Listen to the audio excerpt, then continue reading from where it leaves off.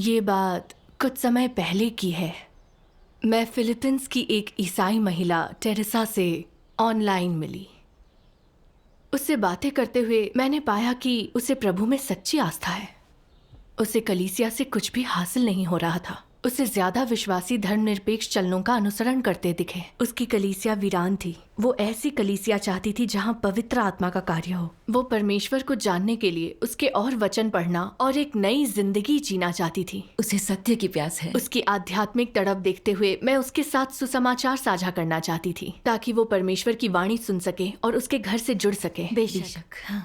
एक बार मैंने उससे पूछा कि वह अपनी आस्था में क्या चाहती है।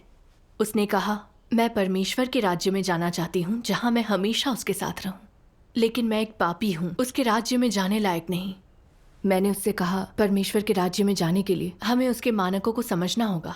मैंने पूछा, क्या उसे और जानना है? उसने बड़े उत्साह से कहा, बिल्कुल। वह सच्ची विश्वासी थी जो सत्य खोजना चाहती थी। इसलिए मैं भी परमेश्वर के अंत के दिनों के कार्य की गवाही देना चाहती थी, मगर उसके काम का समय हो गया था, इसलिए हमें अपनी बातचीत खत्म करनी पड़ी। क्या आपने अगली बार उसके साथ संगति साझा की? नहीं, वो अपने काम में बहुत व्यस्त हो गई। वो सुबह से देर रात तक काम करती थी। काम के बाद उसे आराम की जरूरत होती। हर हफ्ते उसके पास जो भी समय बचता उसमें वह कलीसिया जाती, इसलिए हमें बात करने का मौका नहीं मिला। उससे संपर्क करने पर वह व्यस्त मिलती, इसलिए बात करने का समय बिल्कुल नहीं था। बाद में मुझे निराशा महसूस होने लगी। मैं सोचने लगी, हमें ऑनलाइन बातचीत करनी होगी क्योंकि हम एक देश में नहीं रहते। ऐसे में अगर उसके पास समय नहीं है तो मैं परमेश्वर के अंत के दिनों का कार्य कैसे साझा कर पाऊंगी। मैं सोचने लगी कि मेरे हाथ तो बंधे हैं, मुझे इसे भूल जाना चाहिए। शायद कोई और उसके साथ सुसमाचार साझा कर पाए। मैं कोशिश को छोड़ने ही वाली थी कि मुझे परमेश्वर की बात याद आ गई। पेज 1079। क्या तू अपने कंधों के बोझ, अपने आदेश और अपने उत्तरदायित्व से अवगत है? ऐतिहासिक मिशन का तेरा बोध कहाँ है? तू अगले युग में प्रधान के रूप में सही ढंग से काम कैसे करेगा? क्या तुझ में प्रधानता का प्रबल बोध है? तू समस्त पृथ्वी के प्रधान का वर्णन कैसे करेगा? क्या वास्तव में संसार के समस्त प्राणियों और चीजों का प्रधान है? कार्य के अगले चरण के लिए तेरी क्या योजनाएं हैं? तुझे चरवाहे के रूप में पाने हेतु कितने लोग प्रतीक्षा कर रहे हैं? क्या तेरा कार्य काफी कठिन है? वे लोग दीन दुखी, दयनीय, अंधे, भ्रमित, अंधकार में विलाप कर रहे हैं। मार्ग कहाँ है? उनमें टूटते तारे जैसी रोशनी के लिए कितनी ललक है कि वह अचानक नीचे आकर उन अंधेरी शक्तियों को मिटा दे जिन्होंने वर्षों से मनुष्यों को दबाया है। कौन जानता है कि वे दिन रात इसके लिए कितना तरसते हैं। उस दिन भी जब रोशनी चमकती है, भयंकर कष्ट सहते हुए रिहाई से नाउम्मीद ये लोग अंधकार में कैद रहते हैं। वे कब रोना बंद करेंगे? ये दुर्बल आत्माएं बेहद बदकिस्मत हैं जिन्हें कभी विश्राम नहीं मिला है। सदियों से ये इसी स्थिति में क्रूर बंधनों और अवरुद्ध इतिहास में जकड़े हुए हैं। उनकी कराहने की आवाज किसने सुनी है? किसने उनका दुख देखा है? क्या तूने कभी सोचा है कि परमेश्वर का हृदय कितना व्याकुल और चिंतित है? जिस मासूम मानव को उसने अपने हाथों से रचा, उसका ऐसे पीड़ा भोगना वह कैसे सह सकता है? आखिरकार मानव जाति को विष देकर पीड़ित किया गया है। यद्यपि मनुष्य आज तक जीवित है, लेकिन कौन जानता है कि उसे लंबे समय से दुष्ट द्वारा विष दिया गया है? क्या तू भूल चुका है कि शिकार हुए लोगों में से तू भी एक है? परमेश्वर के लिए अपने प्रेम की खातिर क्या तू उन जीवित बचे लोगों को बचाने का इच्छुक नहीं है? क्या तू उस परमेश्वर को प्रतिफल देने के लिए अपना सारा जोर लगाने को तैयार नहीं है जो मनुष्य को अपने शरीर और लहू के समान प्रेम करता है? आमीन। आमीन। वचनों पर विचार करने के बाद मुझे बहुत बुरा लगा। मैंने सुसमाचार साझा करने की सारी कोशिशें नहीं की थी। न ही मैंने उसे बताया कि प्रभु यीशु पहले ही लौट आया है। उसे प्रभु यीशु में गहरी आस्था थी। वह उसकी इच्छा समझना चाहती थी, मगर वह पोषण के बिना आध्यात्मिक अंधकार में जी रही थी। जब उसे सचमुच मदद की जरूरत थी, मैं उसका साथ छोड़ने जा रही थी। फिर वह परमेश्वर की वाणी कब सुनेगी? अब तो आपदाएं बढ़ती जा रही हैं। अगर मैंने फौरन परमेश्वर के कार्य की गवाही नहीं दी तो वह उद्धार का अवसर गंवा सकती है। हाँ, यह सोचकर मुझे और भी बुरा लगा। मैंने परमेश्वर से प्रार्थना की, परमेश्वर, मैं जानती हूँ कि तुम चाहो तो सब मुमकिन है। अगर वह तुम्हारी भेड़ों में से एक है तो मैं सुसमाचार साझा करने की कोशिश करूंगी। मुझे राह दिखाओ। परमेश्वर का धन्यवाद। प्रार्थना के बाद अचानक मुझे याद आया कि भले ही उसके पास समय कम है, मगर हम प्रार्थना का समय पहले तय कर सकते हैं। अच्छा आइडिया है। बेशक। मैंने उससे पूछा तो वह फौरन तैयार हो गई परमेश्वर का धन्यवाद। और हमने सुबह 5 बजे का समय तय किया। मैं अपने काम में काफ़ी व्यस्त रहती थी। रात 2-3 बजे तक काम करती थी। मुझे लगा अगर मुझे इतनी जल्दी उठना पड़ा तो नींद पूरी नहीं होगी। मगर मैंने खुद से कहा अगर आराम किया तो इससे टेरेसा के परमेश्वर के करीब आने में देरी हो जाएगी। मैं जानती थी कि यह गलत है। हाँ, मैंने परमेश्वर की बातों को याद किया। देह शैतान से संबंधित है। इसके भीतर असंयमित इच्छाएं हैं। यह केवल अपने बारे में सोचता है। यह आराम तलब है और फुर्सत में रंगरलियां मनाता है। सुस्ती और आलस्य में धंसा रहता है। इसे एक निश्चित बिंदु तक संतुष्ट करने के बाद तुम अंततः इसके द्वारा खा लिए जाओगे। मैं जानती थी शरीर को संतुष्ट करना मतलब शैतान को संतुष्ट करना। इससे मैं कर्तव्य निभाने में पूरी तरह से नाकाम हो जाऊंगी और परमेश्वर के अंत के दिनों के कार्य की गवाही देने का मौका गवा दूंगी। मैंने प्रार्थना की, मैं सुसमाचार साझा कर उसे परमेश्वर के घर में लाने के लिए कोई भी कीमत चुकाने को तैयार हूँ। परमेश्वर का धन्यवाद। हमने सुबह की प्रार्थना के लिए मिलना शुरू कर दिया। जब मैंने उससे एक बहुत सच्ची प्रार्थना कही कि उसके पास परमेश्वर के वचनों पर संगति करने के लिए अधिक समय होगा, तो उसने गंभीरता से कहा, मैं महसूस कर सकती हूँ कि आप कितनी सच्ची हैं। प्रार्थना के लिए धन्यवाद। मुझे बहुत प्रेरणा मिली है। उसकी बातें सुनकर मेरा दिल खुश हो गया।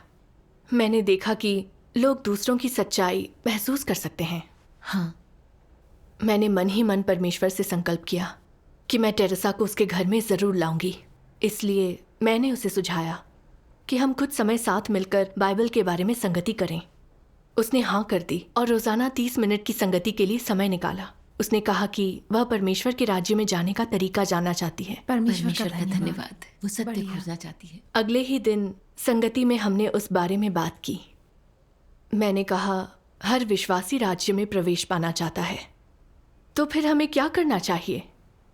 हमें प्रभु के वचन सुनने चाहिए। प्रभु यीशु ने कहा था, जो मुझसे हे प्रभु कहता है, उनमें से हर एक स्वर्ग के राज्य में प्रवेश न करेगा, परंतु वही जो मेरे स्वर्गीय पिता की इच्छा पर चलता है। आमीन। प्रभु के वचन बिल्कुल स्पष्ट हैं। स्वर्ग के राज्य में प्रवेश करने की कुंजी है परमेश्वर की इच्छा पूरी करना। आखिर इसका क्या मतलब है? सरल शब्दों में कहें तो इसका मतलब है प्रभु के वचनों पर अमल कर उसकी आज्ञाओं का पालन करना, यानी खुद को पाप से दूर रखना और परमेश्वर के वचनों को अभ्यास में लाना, दिल से परमेश्वर से प्रेम करना और उसके प्रति समर्पित होना। जो लोग झूठ बोलते, पाप करते, परमेश्वर का विरोध करते हैं और उसकी अपेक्षाओं के विरुद्ध जाते हैं, वे उसकी इच्छा पूरी नहीं कर रहे। तो क्या वे स्वर्ग के राज्य में प्रवेश करने लायक हैं? उसने कहा, नहीं।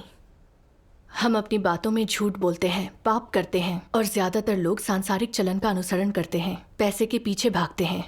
हम परमेश्वर की आराधना नहीं करते, पादरी भी ऐसा नहीं करते। ऐसे हमें प्रवेश कैसे मिलेगा? मैंने जवाब दिया, हाँ, प्रभु यीशु ने हमें छुटकारा दिलाया है, हमारे पाप क्षमा हुए हैं, मगर हम झूठ बोलते और पाप करते रहते हैं। हम दिन में पाप करते हैं और रात में उसे कबूलते हैं। बाइबल कहती है, पवित्रता जिसके बिना कोई इंसान प्रभु को कभी नहीं देखेगा। हम राज्य में प्रवेश करने लायक नहीं हैं। हाँ। मगर हम जानते हैं कि परमेश्वर इंसान से प्रेम करता है और वो हम सबको अपने राज्य में ले जाना चाहता है ताकि हम उसकी रोशनी में रह सकें। सही कहा। तो फिर परमेश्वर हमारे लिए ये कैसे करता है?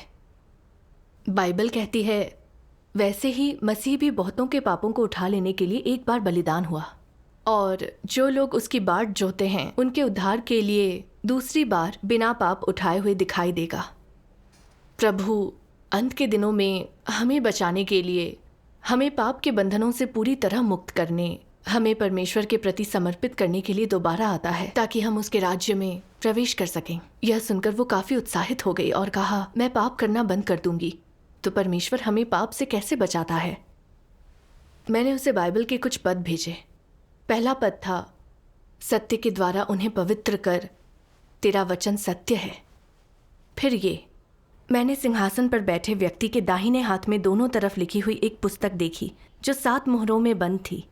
फिर मैंने एक बलवंत स्वर्गदूत को देखा जो ऊंचे शब्द से यह प्रचार करता था, इस पुस्तक के खोलने और इसकी मुहरें तोड़ने के योग्य कौन है। देख, यहूदा के गोत्र का वह सिंह जो दाऊद का मूल है, उस पुस्तक को खोलने और उसकी 7 मुहरें तोड़ने के लिए जयवंत हुआ है। आमीन। आमीन। मैंने कहा, प्रभु कहता है कि वह इंसान को सत्य से पवित्र करेगा। प्रकाशित वाक्य और दानियल की पुस्तक के अनुसार अंत के दिनों में एक मुहरबंद किताब खोली जाएगी। ये अंत के दिनों में परमेश्वर द्वारा बोले गए नए वचनों का संदर्भ देती है। यही वह सत्य है जो इंसान को पवित्र करेगा। इस किताब को सिर्फ स्वयं परमेश्वर ही खोल सकता है। सत्य व्यक्त कर इंसान को बचा सकता है। अंत के दिनों में जब प्रभु आता है तो वह हमें शुद्ध करके बदलने और हमें पाप से बचाने के लिए सत्य व्यक्त करता है। बिल्कुल। प्रकाशित वाक्य की पुस्तक में यह भी कहा गया है, जिसके कान हो वह सुन ले कि आत्मा कलीसियाओं से क्या कहता है। अंत के दिनों में परमेश्वर कलीसियाओं से बात करेगा। हमें बस उसकी वाणी सुननी होगी। उसकी वाणी सुने बिना हम प्रभु का स्वागत नहीं कर पाएंगे। शुद्ध करके बचाए जाने और राज्य में प्रवेश करने का ये एकमात्र अवसर है। हाँ। फिर संगति के दौरान टेरेसा ने मुझसे पूछा, प्रभु को अंत के दिनों में नए वचन बोलने की क्या जरूरत है। मैंने जीवन भर बाइबल पढ़ी है, इसने मुझे आस्था दी है और बहुत कुछ सिखाया है। सहनशील बनना, धीरज रखना और क्षमा करना सिखाया है। मुझे लगता है बाइबल काफी है। हमारे पादरी हमेशा कहते हैं कि परमेश्वर के सभी वचन बाइबल में हैं, उसके बाहर परमेश्वर का वचन नहीं है। टेरेसा के मन में अंत के दिनों में प्रभु के वचन बोलने के बारे में कुछ धारणाएं थीं। वो इसे स्वीकार नहीं कर रही थी, इसलिए मैंने उसकी बात को खारिज नहीं किया। अच्छा, तो फिर आपने उससे क्या कहा? मैंने अपना अनुभव उसके साथ साझा किया। मैंने कहा, मेरी सोच भी कुछ ऐसी ही थी कि प्रभु ने जो कुछ भी कहा वह बाइबल में है, उसके बाहर परमेश्वर का कोई भी नया वचन नहीं है। मगर बाद में मैंने एक भाई को प्रभु की एक बात का जिक्र करते सुना, जिससे मेरा नजरिया बदल गया। प्रभु यीशु ने कहा था, मुझे तुमसे और भी बहुत सी बातें कहनी हैं, परंतु अभी तुम उन्हें सह नहीं सकते। परंतु जब वह अर्थात सत्य का आत्मा आएगा तो तुम्हें सब सत्य का मार्ग बताएगा। आमीन। यह वही बात थी जो प्रभु ने उस समय अपने शिष्यों से कही थी। उसने कहा था कि उसे और भी बहुत सी बातें कहनी है, मगर लोगों का आध्यात्मिक कद कम है।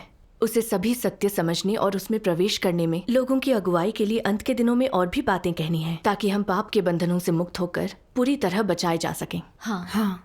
फिर मुझे उसके साथ साझा करने के लिए एक अच्छा उदाहरण याद आया। एक छोटे बच्चे के बारे में सोचो। जब वह छोटा होता है, उसकी माँ उसे बोलना और चलना सिखा रही होती है, तो क्या वह ऐसा कहती है कि उसे अच्छा कमाना चाहिए ताकि वो अपने माता पिता का ध्यान रख सके? बेशक नहीं। उस बात को समझने के लिए उसकी उम्र बहुत कम है। तो उस उम्र में उसके माता पिता उसे वही बताते हैं जो वह समझ सके। बड़ा होने पर वह और सीखता है। वे उसे जीवन के बारे में कुछ और बताते हैं, जैसे कि नौकरी ढूंढना और परिवार बसाना। यह वैसा ही है जैसे कि प्रभु यीशु का लोगों की जरूरत के आधार पर अनुग्रह के युग में छुटकारे का कार्य करना, उन लोगों को पश्चाताप का मार्ग बताना, लोगों को विनम्र बनना, क्रूस धारण करना, 70 गुना 7 बार दूसरों को क्षमा करना सिखाना। मगर ऐसी चीजें भी हैं जिनके बारे में प्रभु ने लोगों को नहीं बताया। वह है इंसान को शुद्ध करने और बचाने के लिए सभी सत्य। उसने इन बातों को उस समय के लिए बचाया जब वह अंत के दिनों में आएगा। यही वह मुहरबंद किताब है जिसकी भविष्यवाणी प्रकाशित वाक्य की पुस्तक में की गई है। इन 2000 वर्षों में किसी ने भी उस किताब को नहीं पढ़ा, क्योंकि अंत के दिनों में प्रभु के लौट कर आने से पहले ये नहीं खुली थी। क्या तुम्हें लगता है कि उस किताब में जो लिखा है वह बाइबल में हो सकता है? उसने ईमानदारी से कहा, यह बाइबल में नहीं हो सकता। मैंने यह संगति उसके साथ कई बार साझा की, तब जाकर वह इसे अच्छी तरह समझ पाई। परमेश्वर का धन्यवाद। मगर अगले दिन जब मैंने फिर से अंत के दिनों में प्रभु के बोलने का जिक्र किया तो उसने कहा कि अंत के दिनों के प्रभु के सभी वचन बाइबल में होने चाहिए। मुझे लगा कि मैंने गलत सुना, तो मैंने उससे दोबारा पूछा, उसने सचमुच यही बात कही थी। मैं बहुत निराश हो गई। सोचने लगी, लगता है उसे कुछ समझ नहीं आया। मुझे बहुत ज़्यादा ही निराशा महसूस होने लगी। उसके साथ मिलने का समय तय करना ही मुश्किल था। अब कई बार समझाने के बाद भी उसे कुछ समझ नहीं आया। क्या वो इसे अच्छी तरह समझ पाएगी? मैंने कुछ नहीं कहा, मगर मैं पीछे हटने के बारे में सोचने लगी। मगर फिर मुझे एहसास हुआ, ऐसा नहीं है कि उसने हमारी संगति से कुछ नहीं सीखा। किसी पर यूं लेबल लगा देना परमेश्वर की इच्छा के अनुरूप नहीं है। सही बात है। फिर अचानक मुझे परमेश्वर के ये वचन याद आए। परमेश्वर ने तुम्हें यह कर्तव्य दिया, तुम्हें सुसमाचार के हर लक्ष्य के साथ, प्रेम और धैर्य के साथ अपनी सर्वोत्तम क्षमता से व्यवहार करना चाहिए। जो भी कठिनाई आए सहन करनी चाहिए। अपना कार्य जिम्मेदारी से करो और कार्यों का लेखा परमेश्वर को दो। इसी रवैये से तुम्हें अपने कर्तव्यों का पालन करना चाहिए।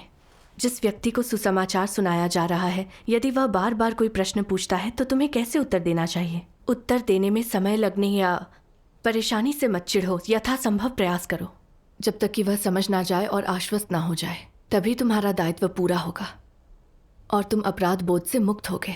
यानी उनकी ओर से अपराध बोध से मुक्त होना है? नहीं, तुम परमेश्वर की ओर से अपराध बोध से मुक्त होगे, क्योंकि यह कर्तव्य, यह उत्तरदायित्व तुम्हें परमेश्वर ने सौंपा था। आमीन। जब मैंने परमेश्वर की अपेक्षाओं के बारे में सोचा तो मुझे खुद पर शर्म आई।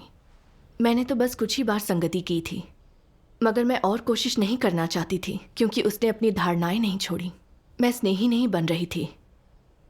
जब मैं विश्वासी बनी थी तो मेरी भी बहुत सी धारणाएं थीं, मगर भाई बहनों ने बार बार मेरे साथ संगति की और प्रार्थना भी। तब मैंने अपनी धारणाओं को छोड़ परमेश्वर के सामने उसका उद्धार स्वीकारा। यह परमेश्वर के प्रेम और सहनशीलता के कारण हुआ। तो सुसमाचार साझा करते वक्त मैं धीरज रखकर उसके साथ संगति क्यों नहीं कर पा रही? शर्मिंदगी महसूस करते हुए मैंने परमेश्वर से प्रार्थना की, हे परमेश्वर, अगर वह तुम्हारी भेड़ों में से एक है तो मुझे राह दिखाओ। मैं तुम्हारे साथ सहयोग करने की कोशिश करूंगी। आमीन। प्रार्थना के बाद मैंने सोचा कि बाइबल तो बरसों से ही टेरेसा की आस्था की नींव माना गया है। यह समझा जा सकता है कि वो इसे नहीं स्वीकार कर पाई होगी कि अंत के दिनों के परमेश्वर के नए वचन बाइबल में मौजूद नहीं हैं। अब मैं एक अलग नज़रिए से इस पर उससे बात करूंगी। फिर मैंने परमेश्वर के वचनों के कुछ अंश उसके साथ साझा किए। आओ उसे पढ़ते हैं। ठीक है। पेज 1365। ये मैं पढ़ता हूं। परमेश्वर स्वयं ही जीवन है और सत्य है, और उसका जीवन और सत्य साथ साथ विद्यमान है। वे लोग जो सत्य प्राप्त करने में असमर्थ हैं कभी भी जीवन प्राप्त नहीं करेंगे। मार्गदर्शन, समर्थन और पोषण के बिना तुम केवल अक्षर, सिद्धांत और सबसे बढ़कर मृत्यु ही प्राप्त करोगे। परमेश्वर का जीवन सतत विद्यमान है और उसका सत्य और जीवन साथ साथ विद्यमान है। यदि तुम सत्य का स्रोत नहीं खोज पाते हो तो तुम जीवन की पौष्टिकता प्राप्त नहीं करोगे। यदि तुम जीवन का पोषण प्राप्त नहीं कर सकते हो तो तुम में निश्चित ही सत्य नहीं होगा, और इसलिए कल्पनाओं और धारणाओं के अलावा संपूर्णता में तुम्हारा शरीर, तुम्हारी देह, दुर्गंध से भरी तुम्हारी देह के सिवा कुछ न होगा। यह जान लो कि किताबों की बातें जीवन नहीं मानी जाती हैं। इतिहास के अभिलेख सत्य की तरह पूजे नहीं जा सकते हैं, और अतीत के नियम वर्तमान में परमेश्वर द्वारा कहे गए वचनों के वृत्तांत का काम नहीं कर सकते हैं। परमेश्वर पृथ्वी पर आकर और मनुष्य के बीच रहकर जो अभिव्यक्त करता है, केवल वही सत्य, जीवन, परमेश्वर की इच्छा और उसका कार्य करने का वर्तमान तरीका है। आमीन। आमीन। एक और अंश है, इसे तुम पढ़ सकती हो। मैं जिसे यहाँ समझा रहा हूँ वह तथ्य यह है, परमेश्वर जो है और उसके पास जो है वह सदैव अक्षय और असीम है। परमेश्वर जीवन का और सभी वस्तुओं का स्रोत है। परमेश्वर की था किसी भी रचित जीव के द्वारा नहीं पाई जा सकती। अंत में मुझे अभी भी सबको याद दिलाना होगा, पुस्तकों, वचनों या उनकी अतीत की उक्तियों में परमेश्वर को सीमांकित न करो। परमेश्वर के कार्य की विशेषता के लिए केवल एक ही शब्द है और वो शब्द है नवीन। वह पुराने रास्ते लेना या अपने कार्य को दोहराना पसंद नहीं करता, और इसके अलावा वो नहीं चाहता कि लोग उसे एक निश्चित दायरे के भीतर सीमांकित करके उसकी आराधना करें। यह परमेश्वर का स्वभाव है। आमीन। आमीन। उसके बाद मैंने उसके साथ संगति की। परमेश्वर सभी सत्यों का स्रोत है और परमेश्वर की बुद्धि अनंत है। वो ज़रूरतों के आधार पर और सत्य व्यक्त कर सकता है। उसे सिर्फ बाइबल की बातों तक सीमित कैसे किया जा सकता है? क्या यह परमेश्वर को बाइबल की सीमाओं में बांधना नहीं है? फिर मैंने एक कुएं के तल में बैठे मेंढक की चीनी कथा उसे सुनाई।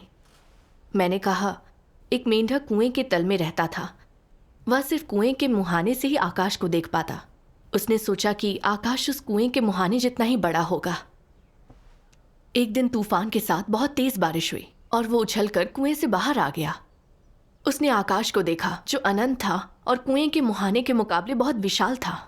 उसे एहसास हुआ कुएं में रहने के कारण वो पूरे आकाश को नहीं देख पाया था। मैंने कहा कि मुझे भी ऐसा ही महसूस हुआ था। परमेश्वर के बारे में मेरी समझ उथली थी। परमेश्वर कितना महान है और हम कितने छोटे हैं। परमेश्वर अनंत और अथाह है, जो वह स्वयं है, और उसके पास जो है उसके बारे में हम अपनी समझ से कभी नहीं जान सकते। उसे सीमाओं में कैसे बांधें?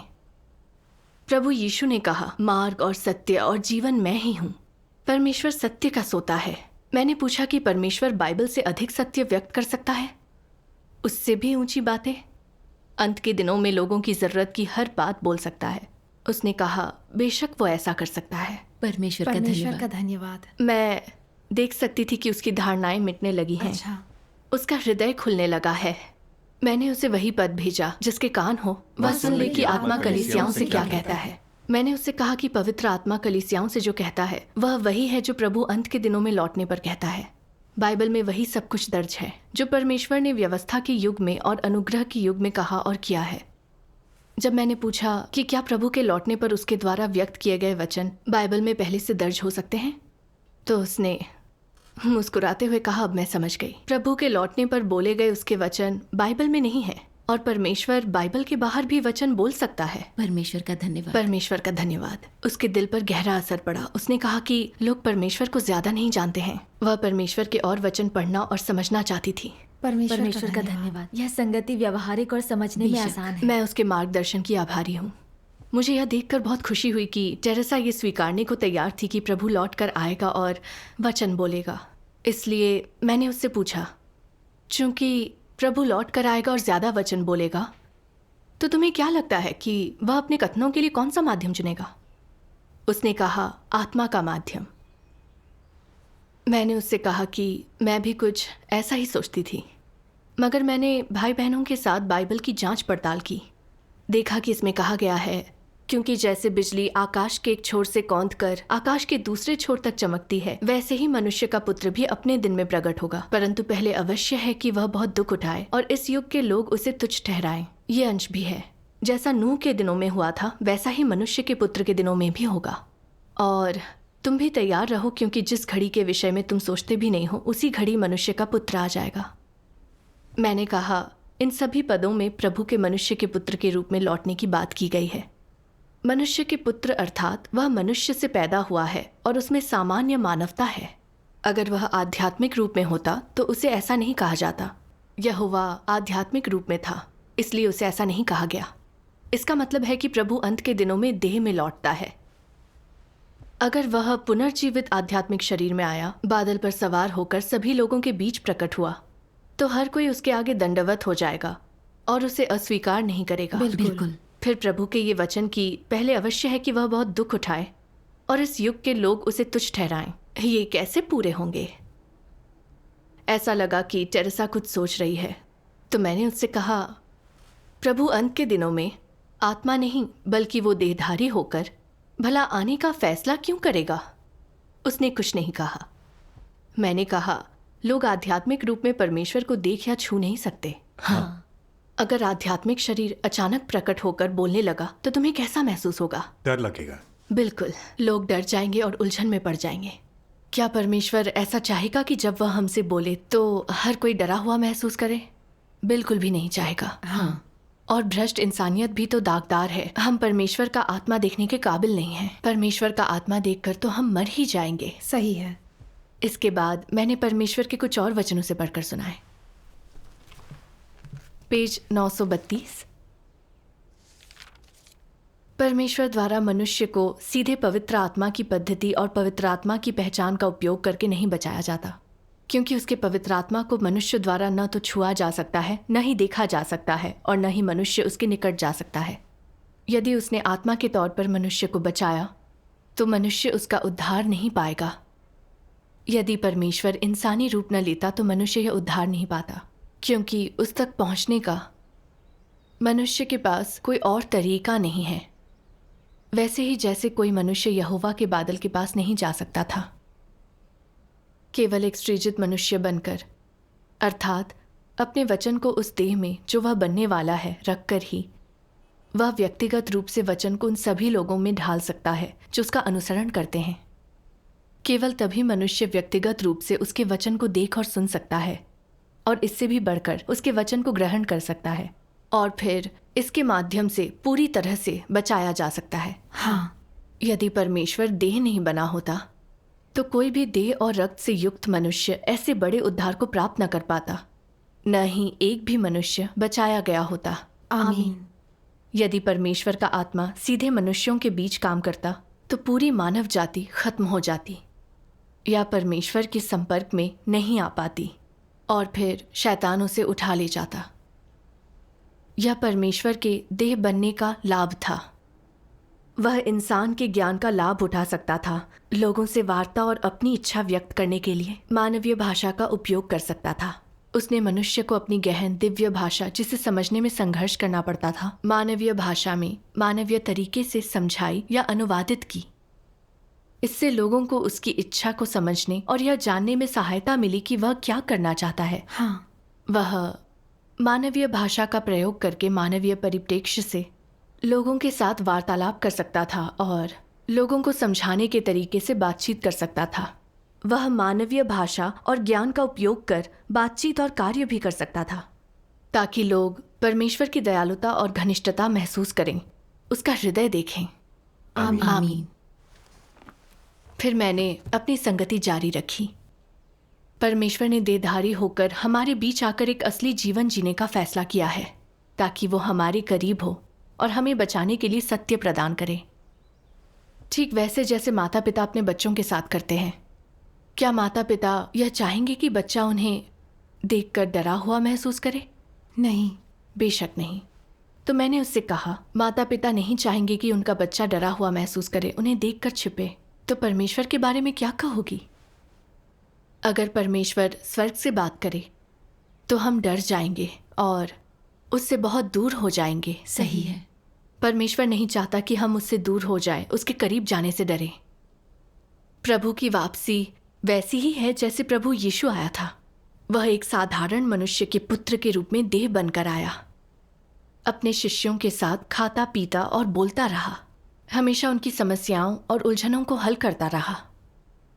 असली जीते जागते परमेश्वर को लोगों के बीच रहते हुए देखकर हमें लगता है कि हम परमेश्वर के बहुत करीब आ गए हैं। साथ ही परमेश्वर सत्य व्यक्त करने, हमें पोषण और जीवन देने के लिए हमारी भाषा का इस्तेमाल कर सकता है। वह मिसालों का इस्तेमाल कर सकता है ताकि हम उसकी इच्छा बेहतर ढंग से समझें। हमारे लिए सत्य समझकर उसमें प्रवेश करना आसान हो जाता है। परमेश्वर का प्रेम बहुत व्यावहारिक, बहुत कीमती है।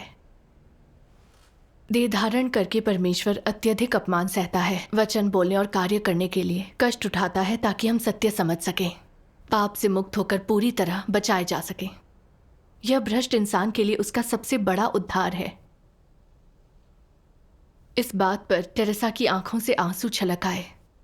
उसने कहा, अब मैं समझ गई, प्रभु देहधारी रूप में जरूर लौटेगा।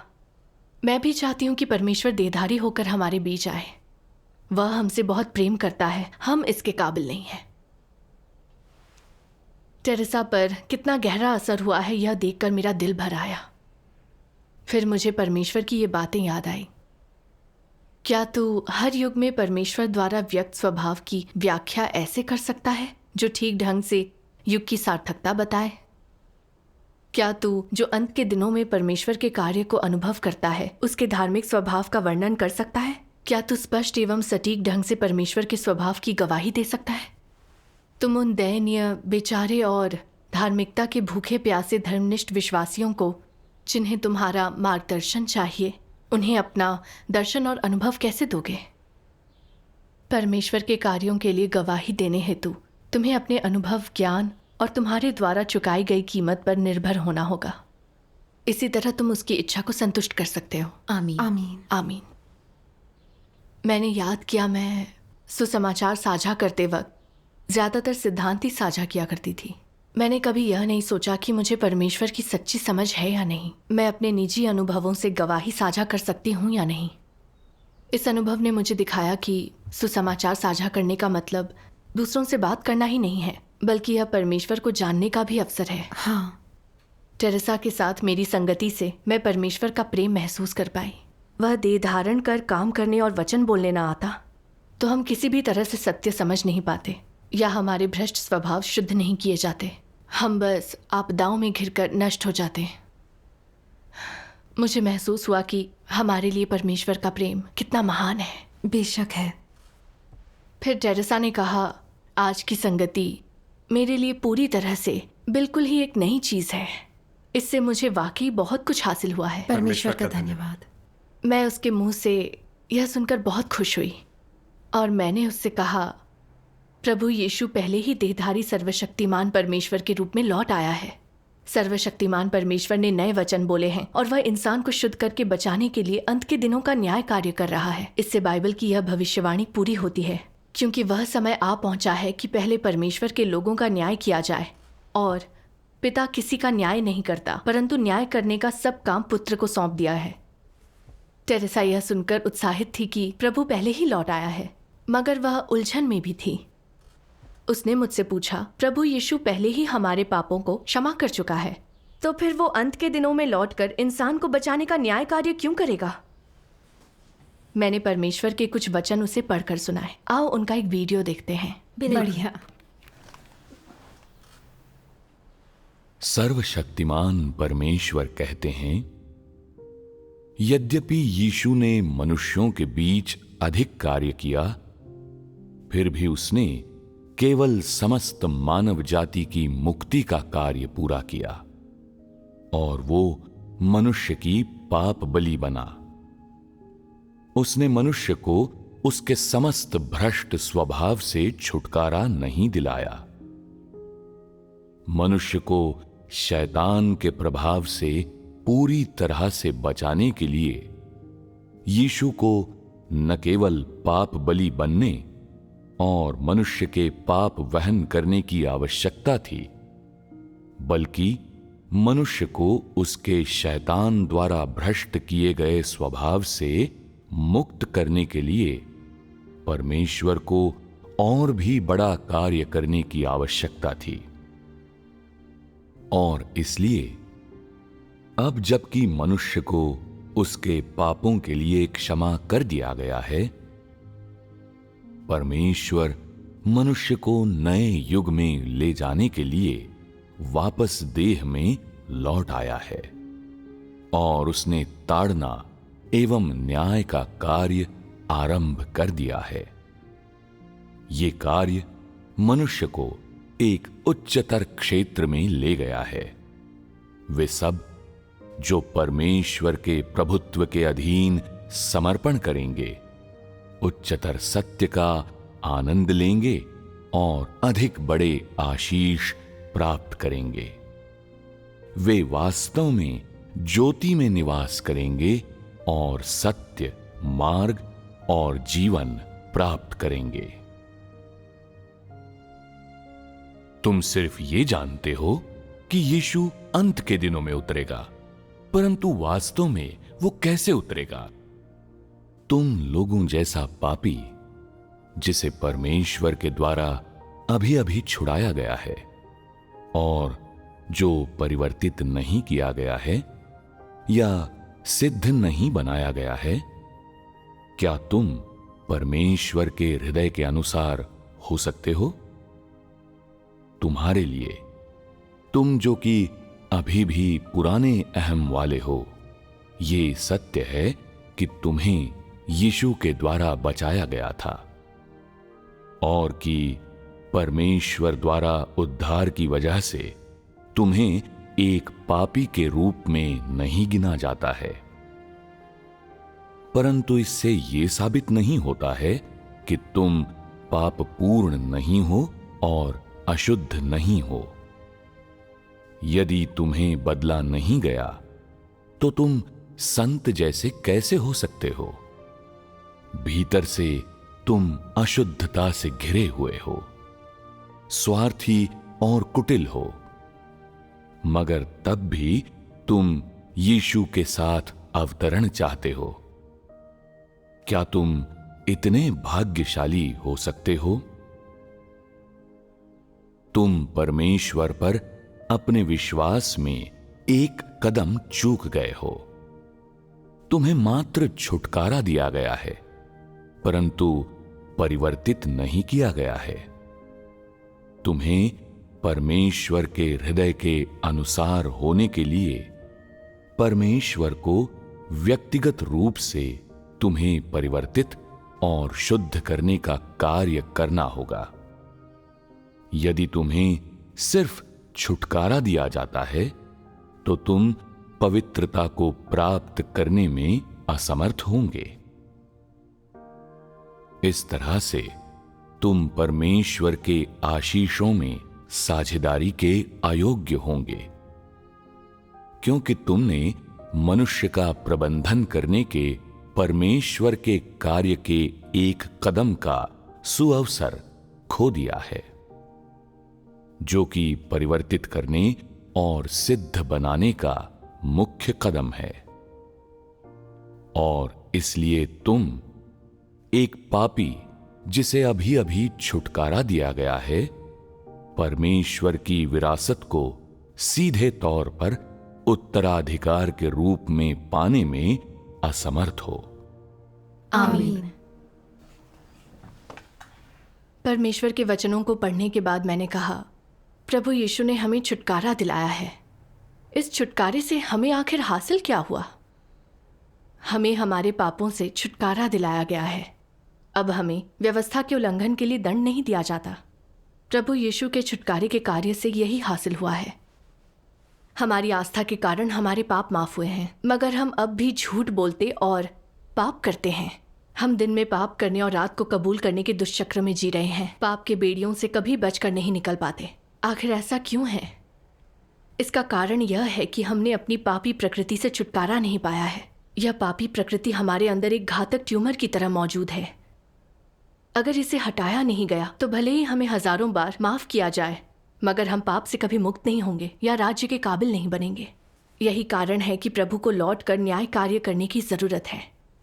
न्याय कार्य हमारी पापी प्रकृति को ठीक करने के लिए है, ताकि हम पाप की बेड़ियों से मुक्त हो सकें और शुद्ध करके पूरी तरह बचाए जा सकें।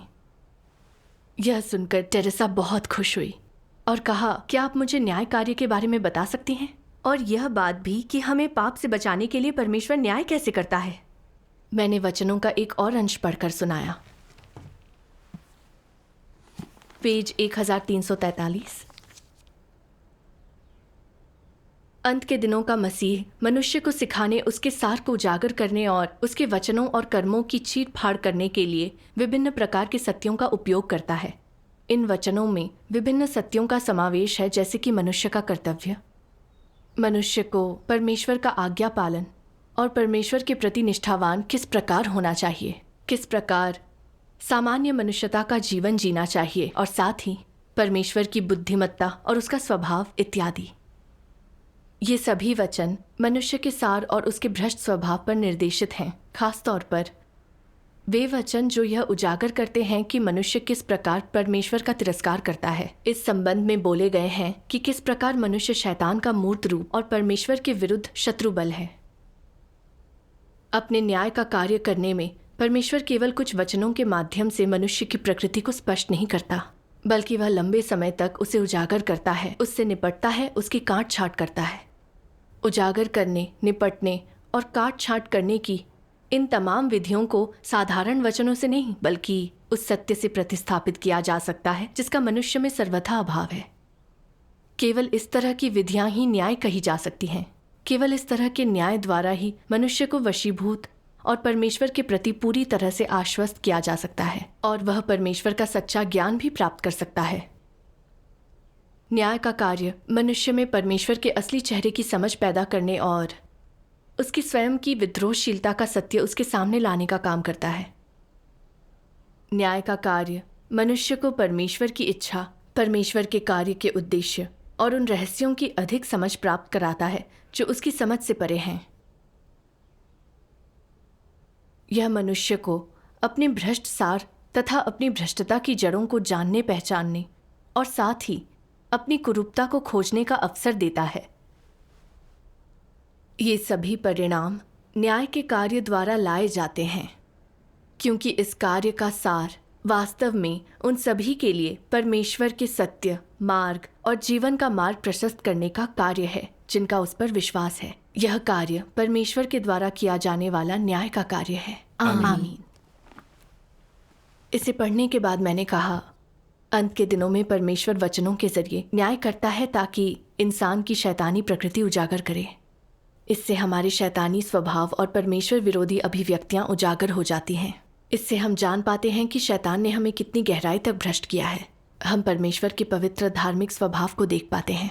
हाँ, परमेश्वर के वचनों के न्याय, ताड़ना, काट छांट और निपटान के बाद हम अपने द्वारा प्रकट शैतानी स्वभाव देख पाते हैं, जैसे कि अहंकारी, कपटी, स्वार्थी और लालची होना। हम परमेश्वर के लिए त्याग कर सकते हैं, मगर जब कुछ ऐसा होता है जो हमें पसंद नहीं, जैसे कि बीमार होना या आपदा का सामना करना, तो हम परमेश्वर को दोष देते हैं। सही है। यह न्याय इस बात को समझने का एकमात्र रास्ता है। हम परमेश्वर के लिए त्याग करते हैं, मगर आशीष और इनाम पाने के लिए हम परमेश्वर के साथ सौदा करते हैं, उसके प्रति सच्चा समर्पण नहीं करते हैं। सच्चे प्रेम की तो बात ही दूर रही। परमेश्वर के वचनों के न्याय और ताड़ना और हमारे साथ होने वाली घटनाओं से उजागर हुई बातों से हम अपनी भ्रष्टता के सच को जानकर इससे नफरत करने लगते हैं। हम परमेश्वर के पवित्र धार्मिक स्वभाव का भी अनुभव करते हैं जो कोई अपमान नहीं सहता। फिर हम में उसके लिए श्रद्धा और समर्पण का भाव आता है। यही एकमात्र तरीका है शैतान द्वारा हमारी भ्रष्टता की गहराई जानने का। परमेश्वर के अंत के दिनों के न्याय और ताड़ना के बिना हम अपनी भ्रष्टता की सच्चाई को कभी नहीं देख पाएंगे, न इससे कभी मुक्त होंगे। हम में परमेश्वर के लिए प्रेम या आज्ञाकारिता नहीं होगी। सही बात है। जिस तरह किसी बीमार इंसान को अगर यह पता ना हो कि उसके साथ कुछ गड़बड़ है, वह इलाज के लिए नहीं जाएगा, न ही जानेगा उसे किस इलाज की जरूरत है। सही है। तो वो ठीक भी नहीं हो पाएगा। हाँ हाँ, लेकिन अगर वह डॉक्टर के पास जाता है, डॉक्टर उसे बताता है कि क्या गड़बड़ है, इसकी वजह और इलाज क्या है, और डॉक्टर की सलाह मानने पर वो ठीक हो जाएगा। सही है। परमेश्वर अंत के दिनों में अपने वचनों से इंसान का न्याय करता है ताकि हमारी पापी प्रकृति और भ्रष्ट शैतानी स्वभाव ठीक कर सके। हमें पाप से मुक्त होने, शैतानी स्वभाव से छुटकारा पाने, परमेश्वर द्वारा बचाए जाने और स्वर्ग के राज्य में प्रवेश करने के लिए उस न्याय और ताड़ना को स्वीकार करना होगा। सही बात है। इस बात पर टेरेसा ने कहा, अब मैं समझ गई। परमेश्वर का हमें शुद्ध करके बचाना एक न्याय कार्य है। मैं पाप करने और उसे कबूलने से निकलना चाहती हूँ। मुझे परमेश्वर के न्याय और शुद्धिकरण को स्वीकारना होगा। धन्यवाद। उसके बाद हमने सुसमाचार की कुछ फिल्में साथ मिलकर देखी। फिर सर्वशक्तिमान परमेश्वर के बहुत से वचन पढ़े। बहुत बढ़िया। टेरेसा ने मुझसे कहा, इन वचनों में बहुत अधिकार और सामर्थ्य है, ये धरती हिला देते हैं। यह परमेश्वर की वाणी है। सर्वशक्तिमान परमेश्वर लौट कर आया यीशु है। वो हमें शुद्ध करके बचाने के लिए वापस आया है। फिर टेरेसा ने मुझसे तुरंत पूछा, मुझे सर्वशक्तिमान परमेश्वर के वचनों की कॉपी कहाँ मिलेगी? मैं दूसरे विश्वासियों के साथ संगति कहाँ कर सकती हूँ? मैंने उसका परिचय कलीसिया के सदस्यों से कराने को कहा और उसे वचन देह में प्रकट होता है का ऑनलाइन संस्करण भेज दिया। वह बहुत उत्साहित थी। उसकी आंखें फैल गईं। उसने कहा वह जल्द ही सर्वशक्तिमान परमेश्वर के वचनों की किताब पाना और उसे पढ़ना चाहती है। परमेश्वर का धन्यवाद। वह इसके लिए तड़प रही थी। हाँ, यह देखकर कि प्रभु का स्वागत करने के लिए वह कितनी खुश थी। मैंने परमेश्वर के प्रबोधन और मार्गदर्शन का बहुत आभार माना, जिसने टेरेसा को परमेश्वर की वाणी सुनने और उसके घर आने की अनुमति दी। परमेश्वर का धन्यवाद। परमेश्वर का धन्यवाद। 2 या 3 दिन बाद उसने मुझसे कहा, उसने अपनी सबसे करीबी दोस्त को प्रभु के पहले ही लौट आने की खबर सुनाई तो उसने उस पर विश्वास करने को लेकर चेतावनी दी। उसके पादरी भी लगातार उसे फोन करके धमकी दे रहे हैं कि ऐसा करने पर उसे कलीसिया से निकाल दिया जाएगा। हाँ, तो क्या वो डर गई थी? उसे डर लगा? नहीं, उसने कहा यकीनन सर्वशक्तिमान परमेश्वर ही अंत के दिनों का मसीह है, क्योंकि उसके वचन सत्य हैं। केवल मसीह ही सत्य व्यक्त कर सकता है, वह लौट कर आया यीशु है। मैं अपनी दोस्त की बातों में नहीं आऊंगी और पादरी भी मुझे रोक नहीं सकते। परमेश्वर की भेड़ वाकई उसकी वाणी सुनती है। हाँ, परमेश्वर का धन्यवाद। उसने यह भी कहा, मैं बरसों से एक असली कलीसिया की तलाश में थी, मगर मुझे निराशा ही हाथ लगी। उनमें से कहीं भी पोषण नहीं मिलता। ज्यादातर सदस्य सांसारिक चलन का अनुसरण करते हैं। मैं बेबस थी। मैं परमेश्वर की आभारी हूँ। मैंने सपने में भी नहीं सोचा था कि मैं परमेश्वर की वाणी सुनकर प्रभु का स्वागत कर पाऊंगी। अब मुझे परमेश्वर की कलीसिया मिल गई है। परमेश्वर का धन्यवाद। वो बहुत ही भावुक हो गई। मैंने उसकी आंखों में आंसू देखे। वह काफी आशावान दिख रही थी। बढ़िया। मेरा दिल भी भर आया।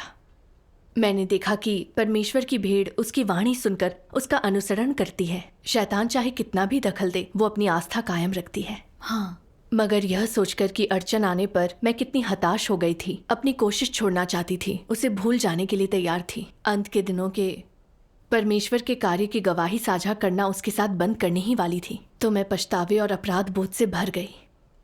मैंने देखा कि कैसे परमेश्वर हमसे प्रेम करता और हमारा ध्यान रखता है, क्योंकि जब मैं अपनी कोशिश छोड़ने ही वाली थी, तभी परमेश्वर के वचनों ने मुझे प्रबुद्ध करके राह दिखाई, जिससे मैं अपने विद्रोही स्वभाव को जान पाई और इंसान को बचाने की परमेश्वर की तत्पर इच्छा समझ सकी। फिर मैं टेरेसा को अंत के दिनों की कार्य की गवाही देने के लिए परमेश्वर के साथ काम कर पाई। हाँ, यह मेरे लिए भी गहरा अनुभव था कि सुसमाचार साझा करने से लोगों को बचाने में मदद होती है।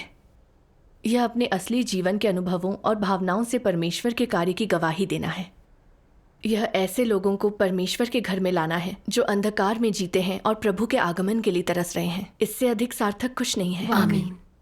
मैंने प्रभु की वापसी के लिए तरस रही इंसान की प्रभु की वाणी सुनने और उसका स्वागत करने पर होने वाली खुशी को भी देखा है। परमेश्वर का धन्यवाद। मैंने महसूस किया कि कैसे परमेश्वर को उम्मीद है कि ज्यादा सच्चे विश्वासी उसके पास आएंगे और उसका उद्धार पाएंगे। इस दुनिया में और भी बहुत से लोग हैं जो परमेश्वर के आगमन के लिए तड़प रहे हैं। परमेश्वर बहुत दुखी है, वह फिक्रमंद है। इस तरह मुझे लगा कि सुसमाचार साझा करना मेरी जिम्मेदारी है, यह मेरी पुकार है। आमीन। मैंने परमेश्वर के सामने कसम खाई कि चाहे मेरे सामने कैसी भी अड़चन आए, मैं सुसमाचार साझा करने का कर्तव्य निभाऊंगी। परमेश्वर के बारे में अपनी समझ के आधार पर गवाही दूंगी। उसकी भेड़ को उसके सामने लाऊंगी ताकि वे अंत के दिनों में परमेश्वर के उद्धार का अनुग्रह पा सकें। परमेश्वर का धन्यवाद। आमीन। इस तरह का अनुभव बहुत व्यवहारिक है।